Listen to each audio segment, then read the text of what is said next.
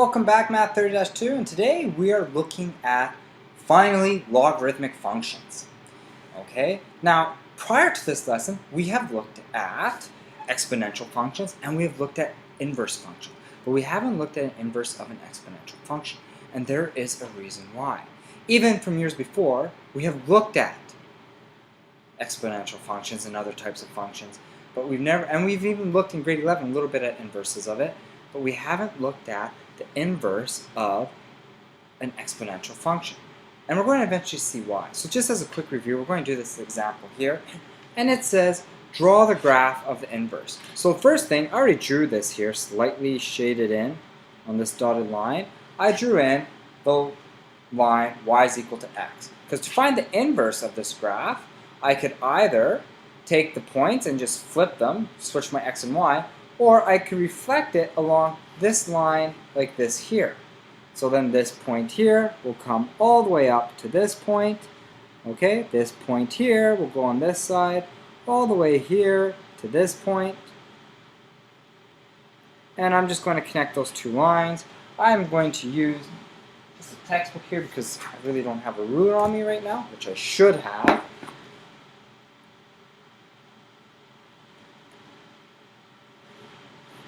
And my line is going to look something like that. It's not very straight, but it's the best I could do for now. Alright, so there we go. Now we have our thing. Notice how I just rotated it. Now the other way we could do it is we could take points, and remember, inverse means to switch x and y. So if I take 2 points, all I'm going to do is switch the x and the y. So let's see, take my points. So the first point, 10 and negative 16, to find the inverse of that on the graph, that would be negative 16, comma 10. Okay? Now we're looking at the next one. If we have 10 and negative 10, 24, that's going to be 24 and negative 10. We just switch those around. We swap these. Inverse is switching x for y. That is also why it is a reflection in the line y is equal to x. That is this line here. Okay? Now, the next part says the equation of the function is y is equal to 4 minus 2x. Determine the equation of the inverse of the function. So, what was the first step when we had to do? Quick review of yesterday. First, we interchange x and y. So we have x is equal to 4 minus 2y. Now, we're going to isolate y. And first of all, if we isolate y, I'm not going to subtract 4 from both sides because y is negative. Whenever we write this out, we want to make it y equals. Is y ever negative? No! So I'm going to add 2y to both sides. Okay? And I'm going to subtract x from both sides. I'm going to swap the x and the y. That way y is by itself on this side. So I get 2y is equal to 4 subtract x. Now what do I want to do? Well, I have that 2 there. I don't like that 2. I'm going to divide everything by 2, divide by 2. So I get y is equal to 4 subtract x all over 2. If I simplify that, I'm going to get 2 minus x over 2, because 2 divide 4 and 2 divide x. That's what it's saying. And that is my equation. That is the inverse of this equation, or the inverse of that line. So really, there's 3 ways of finding or graphing the inverse of this line. What we could do is find the equation of the line, and then algebraically find the inverse of the equation, or we could, well, look at the line x, y and reflect it on that, or I could just take points and switch the x and y values. Those are 3 different ways of doing this. Now, we're going to look at our next question here, and it is saying it wants us to find, algebraically, find the inverse of this equation. Now this is kind of a pickle here, and we'll see why. So let's try and prove it first algebraically. So first thing, we switch our x and y. X is equal to 2 to the y. Now we have to isolate for y. That's not 2y, that is 2 to the power of y. Okay? Well now, what can we do? How do I isolate for an exponent? Well, we don't know how to do that, do we? There's our problem. We just hit our first problem. We don't know how to isolate for the exponent. And that is why we need logs. So this also comes in handy in other places too. If we don't know the value of the exponent and these aren't perfectly into each other, we could always also do logs as well. Is to isolate for this exponent is the logs. So in other words, we are doing the inverse, now we have to log it to find the inverse and isolate y. It's isolating that exponent is finding the inverse. Okay. So this first part here is we're just going to, or part 2, now we're just going to find the inverse and we're going to graph out the inverses. Okay? So if we look at this one, 2y is equal to 2 to the x. We did this before. We already graphed this. If we looked at yesterday's lesson, we could find this out, but I'm going to quickly go over it again. So x is negative 3, so that is 2 to the negative 3. Well, that's the same as 1 over 8. The next one's going to be 1 over 4, because that's 2 to the negative 2. 2 to the negative 1 is 1 over 2. Then we're going to have 1. Next is we are going to have 2, 4, 8, 16. Okay? Then we want to graph that. So when x is negative 3, right here, we're going to end up getting something really small, 1 over 8. That's going to be down there. It's almost 0, but not quite. Then, when x is negative 2, we're getting 1/4. Well, that's halfway to half. This is half, so it's halfway to half. I want to zoom in on this so we can see it a bit better, what I'm doing. Now, the next one is 1/2. At negative 1, we are at 1/2. Right there is 1/2. Then we're at 0. At 0, we're at 1. Oh, we always know that because the a value here is actually 1. So it's the 2, which is the b, refers to the x. So this, and remember the a value is always 0. Y-intercept. Next part is we look at 1, we get 2. Okay, then at 2, we are at 4. And at 3, we are all the way at 8. So if I connect these dots, it's going to look something like this. There we go. And it goes forever that way. So that's what my graph looks like. Now we're going to look at the second one. And it's the same idea. It's x is equal to 2 to the y. So that's 2 to the y. 2 to the negative 3 is 1 over 8.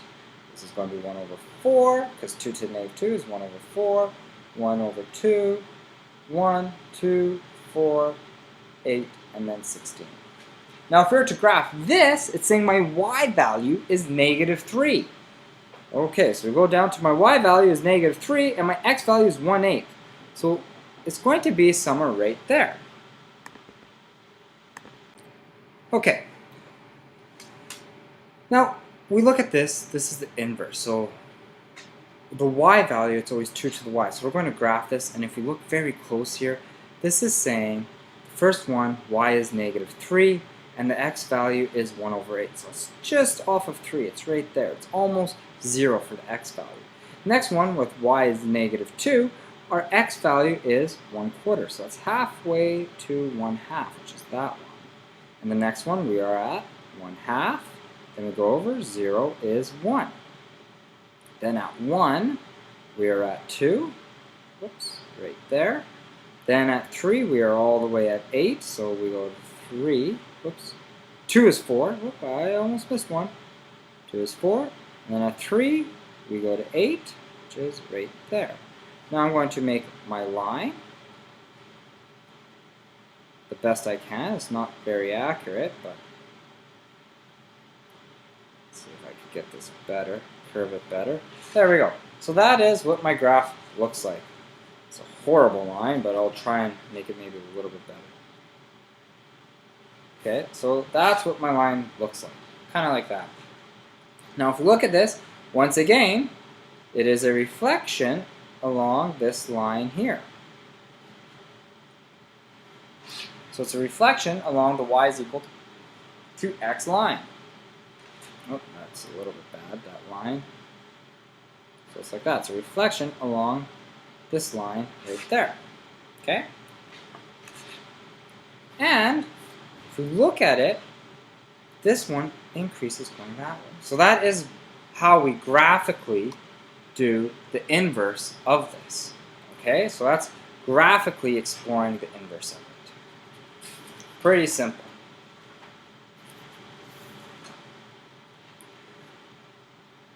So we just found out that we could do this graphically, but there has to be a better way to do this.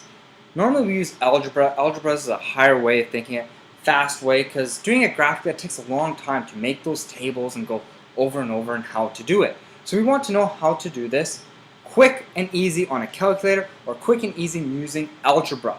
Well, the way to do that is using something called a logarithmic function. Now, a logarithm function is the inverse of an exponential function. You'll see what I mean here. So if we have, for right here, we have y is equal to log 2x. That's the same thing as saying x is equal to 2y. All right? That's the same thing as this. This and this are equivalent. So therefore, if these are equivalent, this is the inverse of this. If this and this are equivalent, this is the inverse of this, since this here is the inverse of that. Okay? So that's just something to know, that this is equal to this. And I'm going to eventually show you ways of finding cheats around how to do that. So here we have another little graphing section here for you to explore. And so part A says, oh, these are also some very important definitions to look at. Know these definitions. This little number is always your base, which is right here. That's the B. The B always goes down there. Okay? Your Y is your value, and the X is the argument of the logarithm. Okay? So it's your X is equal to. All right? We just pretty much switch X and Y back again, and A becomes little. All right, here we go. So the graph of y is equal to 2 to the x and x is equal to 2 to the y are shown. We did this last page. Now write and label which one says log 2x. Y is equal to log 2x. Well, y is equal to log 2x, remember, is the same as this. They're both in terms of y. It is the same as that, except it is the inverse of that. So therefore is the exact same of this. So this is the same as, we always want it as y equals. Remember, that was the thing. We went this way. We know this is the inverse of this from the very first exercise we did. I'm just going to zoom in so we can see that. We know that this here is the inverse of this from the very first exercise, but we couldn't isolate y. So therefore we know this is, and we isolate y, it's just log a little 2, and then we have our x there. That's what that is. So that's how we isolate y. So this is the inverse of that. So now we know how to algebraically isolate y more or less. Okay? So now complete the table below. What is the domain of y is equal or 2 to the x? Oh, just zoom in a little bit more here. We want the domain of y is equal to 2 to the x. So the domain, well, it's all my x values. It goes on forever this way and forever this way. Just look at this here. I look at my domain, it goes forever and forever. Therefore, my domain is going to be x is an element of all real numbers. Let's look at my range now. Well, I have a maximum, it goes up for, I don't have a maximum, it goes up forever. But do I have a minimum? So range, we're looking at y. Y must be greater than 0, because I have a minimum. Remember, it cannot equal 0. So we're looking at y such that y cannot be greater than 0, and y is an element of all real numbers. Okay? Now we're looking at my x-intercept. My x-intercept is always this a here, which is 1 in this case, because the b is the 2, and there's the y. So it's always that a. In this case, it's 1, so x-intercept. Oh, sorry, that's the y-intercept. Got them mixed up there. X-intercept, there is no x-intercept. Y-intercept is 1. It's the a value. Okay, from last time. And now our asymptote. Where is our asymptote? Well, the asymptote is the x-axis, which is where y is equal to 0, because it's not up, nor is it down. Now we're going to look at the next one. We are looking at the logarithm one. So let's take a look at this little graph in here. So when we have log 2x, 2 to the x. So we want to know the domain. Well, my domain is all x values. If I look at this, there is a minimum as far over as I can go, isn't there? We have a start time. So, there is a minimum, and our x, we're looking at x. Domain is always looking at x, not y. So we have a minimum, and x must be greater than 0. Okay, we can't be less than 0. And we know that x is an element of all real numbers. Well, would you look at that? These are switched. The range is now kind of like the domain. The x and y switched. In that case, well, let's see this one. Well, the range, we go forever down, and here, if we look at it, it will eventually go forever up. So the range is y is an element of all real numbers. Hey, my x's and y's switched. That must mean they are inverses of each other. Look at that. X-intercept is 1. Y-intercept, there isn't one. The asymptote is x equals 0. Look, everything just switched to x and y's. Therefore, they are inverses.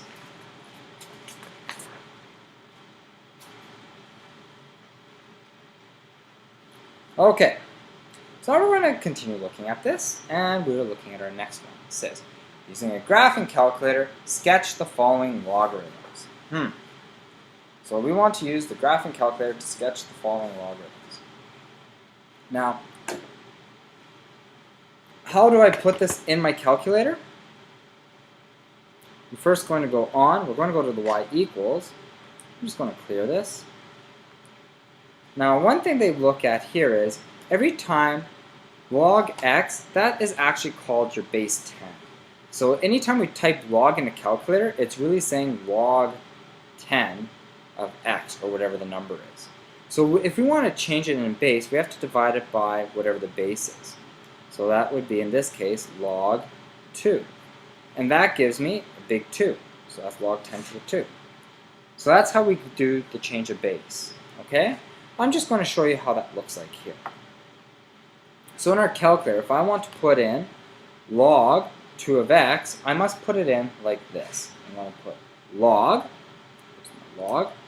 and I'm going to have x. And we must divide that by, and we're going to have log, where is it? 2. Okay? And we graph it. And my graph is going to look something like that. So basically, this bottom one here is your base, and the top one here is that value. That's how we're going to punch into the calculator. So the base, we always have to divide by log the base to punch in our calculator. It seems confusing now, but once you do it lots, you'll just get used to it, and then you'll figure out why when we do change of bases. Now the calculator window, they first show the x. This value here is always your min. This value here is your max. And this value here is your scale. And they show an example right here. Oh, sorry, they don't show an example right there. So I'll show you an example of what that looks like based on their window. So I'm going to go to Window, and it says my min is -3. -3 is my min. My max is 7. My scale is 0.5. Okay? Now we're going to look at my y values. So my y min is 3. My y max is 7. And my scale is 0.5.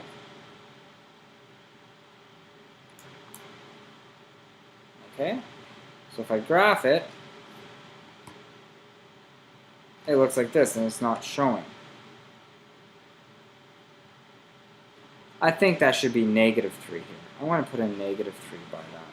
I think the y should have been negative. So we're going to go back to my window, and I'm going to put a -3, and then graph.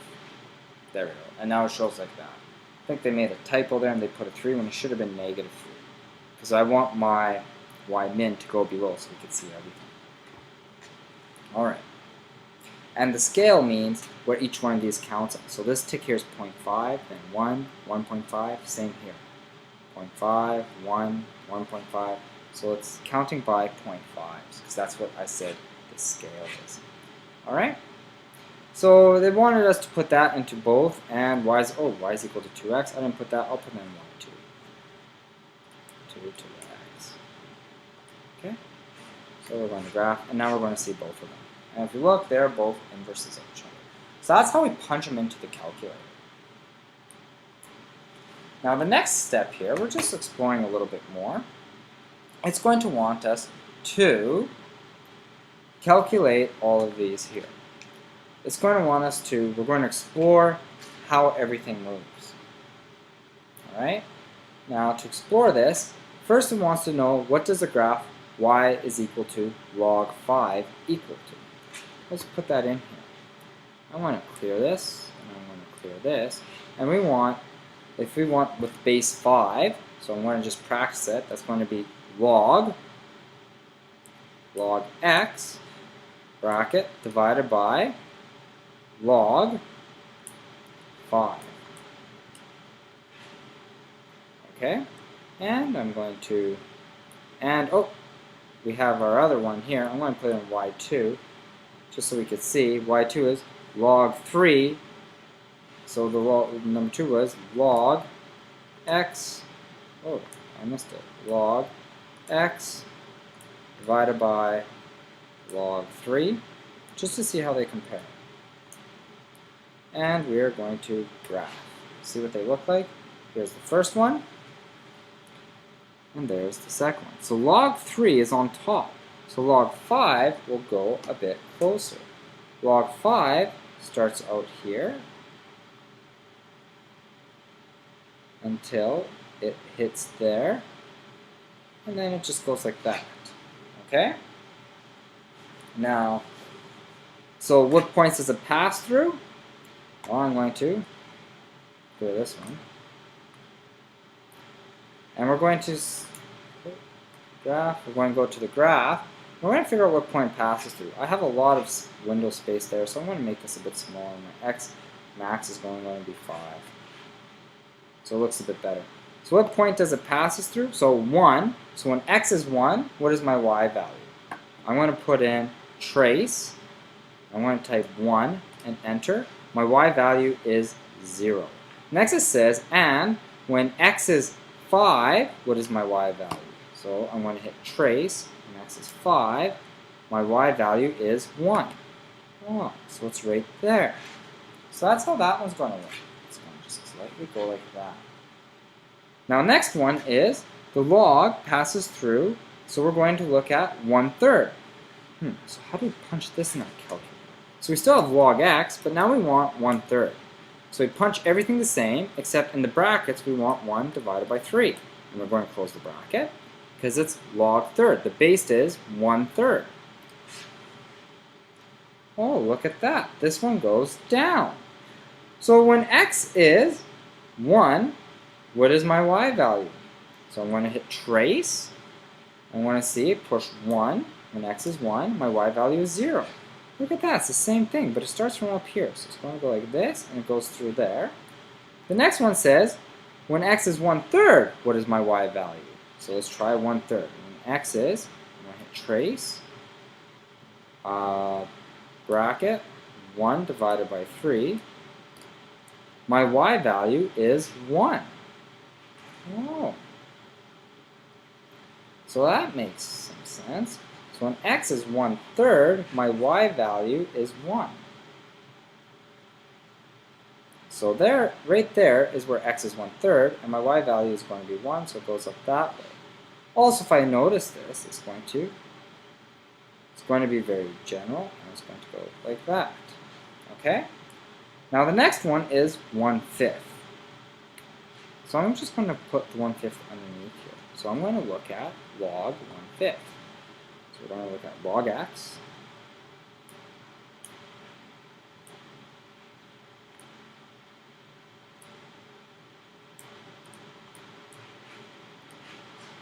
So 1/5 is this one here. Notice how it's closer to the x-axis? So 1/5 kind of looks like this.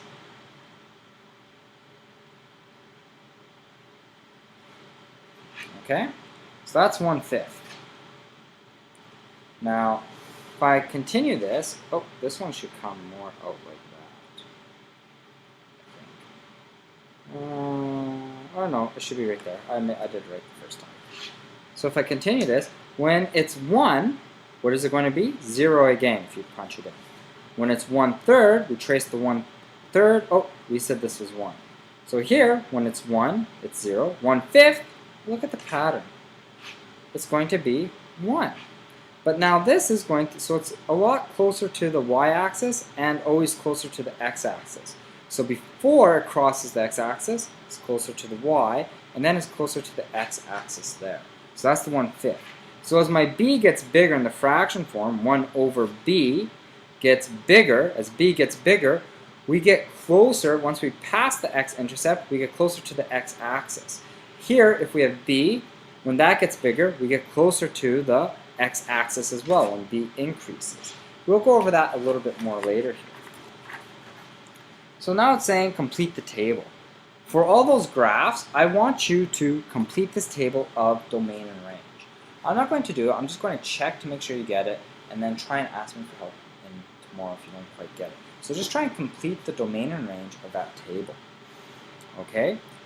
And then so once you complete that, pause the video and complete that. Okay, welcome back. So here it says, state the bases of the functions whose graphs are increasing from quadrant 4 to quadrant 1. If you remember, this is quadrant 1, 2, 3, 4. So we want to go from 4 to 1. So it's going to go like that. Which graphs go like that? Well, those are all the ones that are whole numbers, that are not less than 1. So that's going to be, we have with base 3 and 5. Then it says the ones who decrease from 1 to 4. So the ones going like this. Well, which ones do that? That is 1 over 3 when my base is 1 over 3, when my base is 1 over 5, and do we have another one? No, I think those are only 2. Okay, we only did 3 graphs. Okay, so there we go. Now there's the general statement here that I'm going to just fill out, make sure you have it checked. So the domain of log b is the same as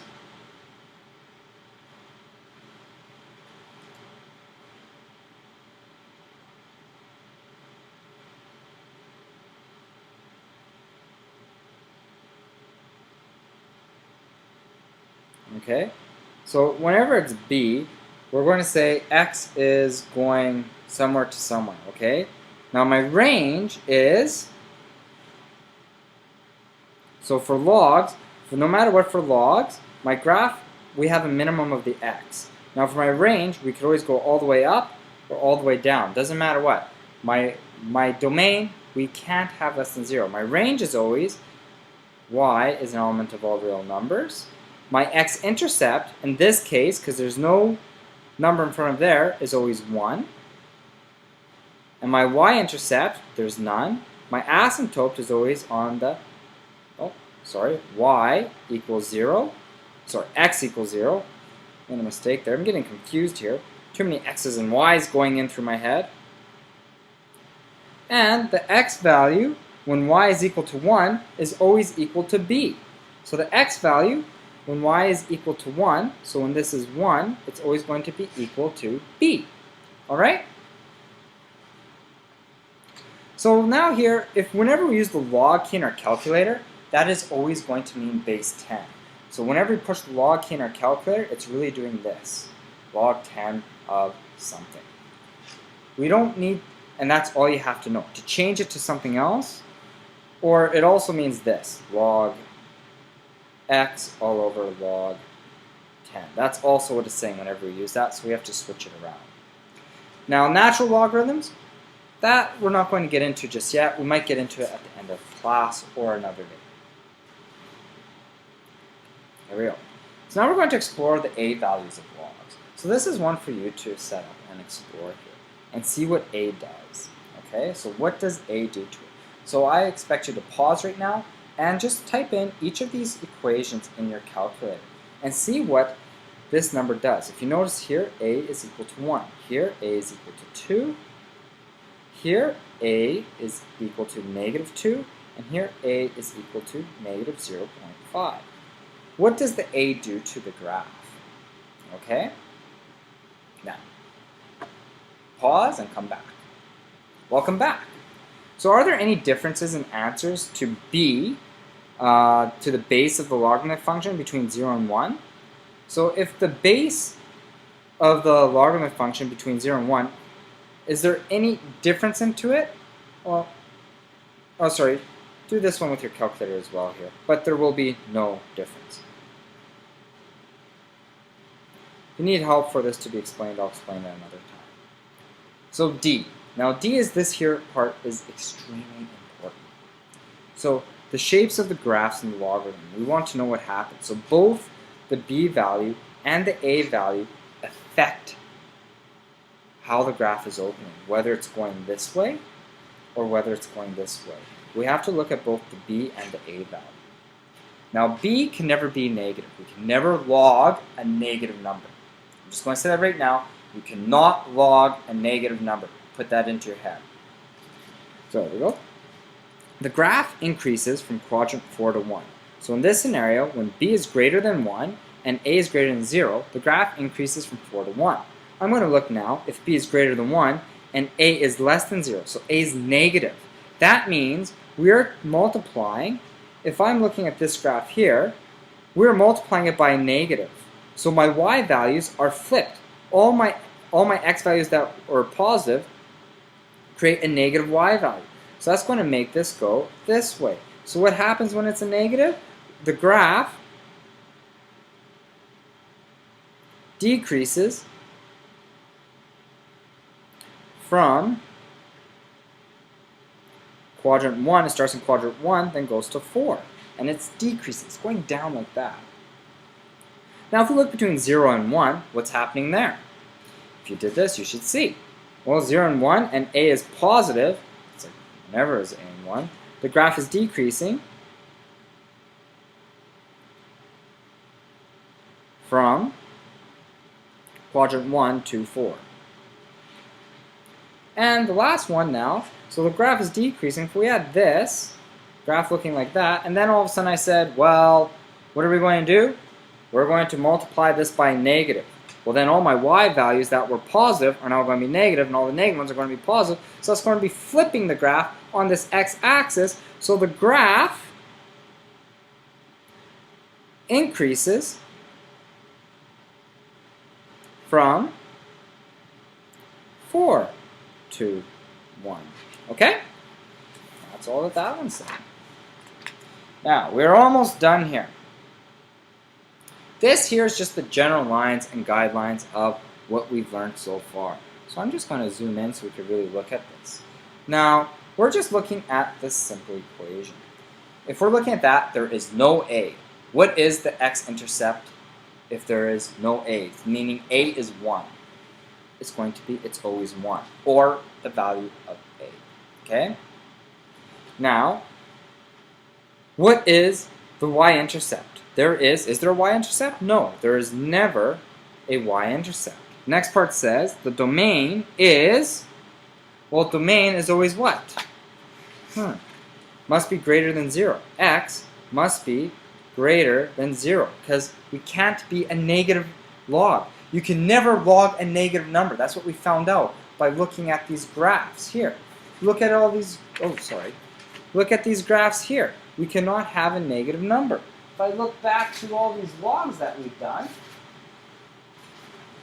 and when we look back to this sheet here with the logs, there's no negatives. We can never be on the negative side of that line. Therefore, we can never log a negative number. So x must be always greater than 0, and x is an element of all real numbers. Next one, the range is, well, range is everything. We have unlimited top, unlimited bottom. So we could go on forever. Up, no max, no min. So range is y is an element of all real numbers. It could be everything. Okay? So the x-axis, or sorry, which axis is the vertical asymptote with the equation? So now we're looking at which axis is the vertical asymptote of the equation, and what is the equation of it? So in this case, always the x-axis is the vertical asymptote, or sorry, the y-axis, where x is equal to 0. The y-axis is always the vertical asymptote. Because if we look at it, it is this line right here, that's the vertical asymptote, which is the y-axis. Next one says, the values of a and b determine whether the graph is increasing or decreasing. So if a is greater than 0 and b is greater than 1. So a is positive and b is is a number bigger than 1. So the base is bigger than 1 and a is positive. This is going to increase. It's going to look like this. It's going to go from 4 to 1 and it's going to increase. Okay? Now, if a is positive and our base is a fraction, well, that's the original one. That's going to always go down like that. So that's going to decrease.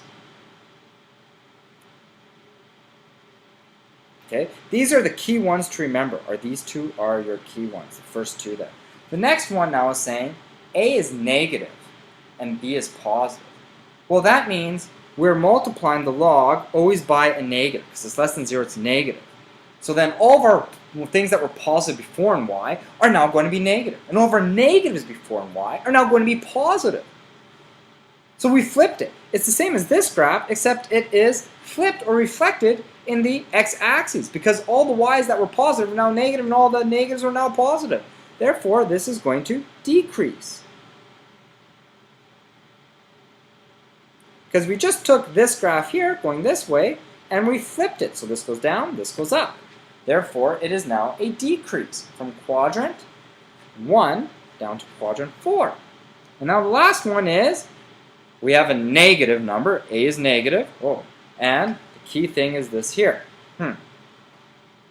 So it's a fraction. So fraction means it's going down like this. But now it's a negative. So all the ones that are on top now go to the bottom. And the ones in the bottom below the x-axis go on top. So this is going to increase. There we go. Now, just as a little review, it says y is equal to log bx is equivalent to this, right? These two are equivalent. Okay? And they are both the inverse of this. Because basically, the inverse is we switch the y and x, like we did here. Now we have to isolate for that y. The only way to do that is say y is equal to log, and then we have b to the x. It's still b to the x there, but we just put the log in front. And the b is tiny and the x is not big. Okay? So, here we go. Class example number 2. It says, state the inverse of the following functions in the answer form y is equal to. So the inverse of this one. Well, this is actually equivalent to, this is saying x is equal to y 3 to the y, right? Now that's our problem. So what is the inverse of that? That's what this is equal to. So the inverse is actually y is equal to 3 to the x. That is my inverse. Simple. This one here, y is equal to 8 to the x. Well, the inverse of this is going to be x is equal to 8 to the y. But now what's my problem? My problem is we can't isolate for that y. Oh, but wait, that just means log. So we're going to go y is equal to log, and we have those little 8 to the x. And that's essentially what we do. That's it. Now here, the last question says, which of the graphs below cannot be represented by a function with the equation y is equal to log bx? So I look at this equation here. First thing it says, this here should be more or less my x-intercept. That a in front tells me my x-intercept. All these graphs must cross the x-axis at some point.